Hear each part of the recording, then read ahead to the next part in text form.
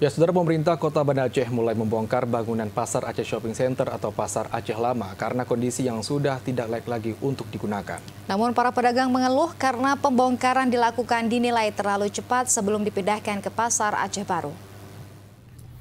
Pemerintah Kota Banda Aceh mulai melakukan pembongkaran bangunan Pasar Aceh Shopping Center atau lebih dikenal dengan nama Pasar Aceh Lama yang berada di Jalan Diponegoro Ujung. Pembongkaran dilakukan karena kondisi bangunan ini sudah tidak layak untuk berjualan dan dinilai membahayakan pedagang seperti lantai yang sudah retak, atap bocor hingga tiang bangunan yang keropos. Dari amatan di lapangan, tampak saat ini sejumlah toko sudah mulai kosong bahkan dibongkar oleh para pekerja.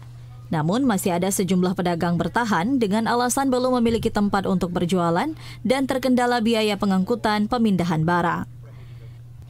Salah seorang pedagang, Afzal, menilai bahwa pembongkaran yang dilakukan terlalu cepat dan ia meminta waktu lebih lama minimal 1 bulan agar bisa melakukan persiapan dengan mencari tempat baru untuk berjualan.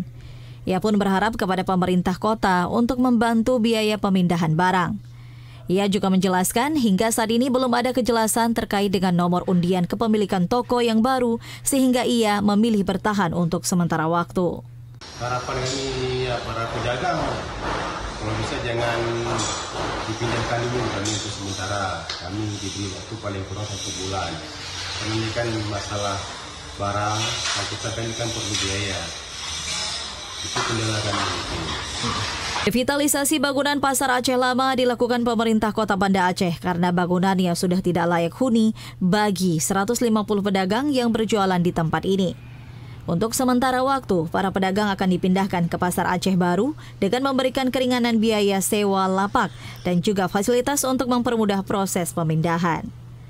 Tim Liputan TVRI Aceh melaporkan.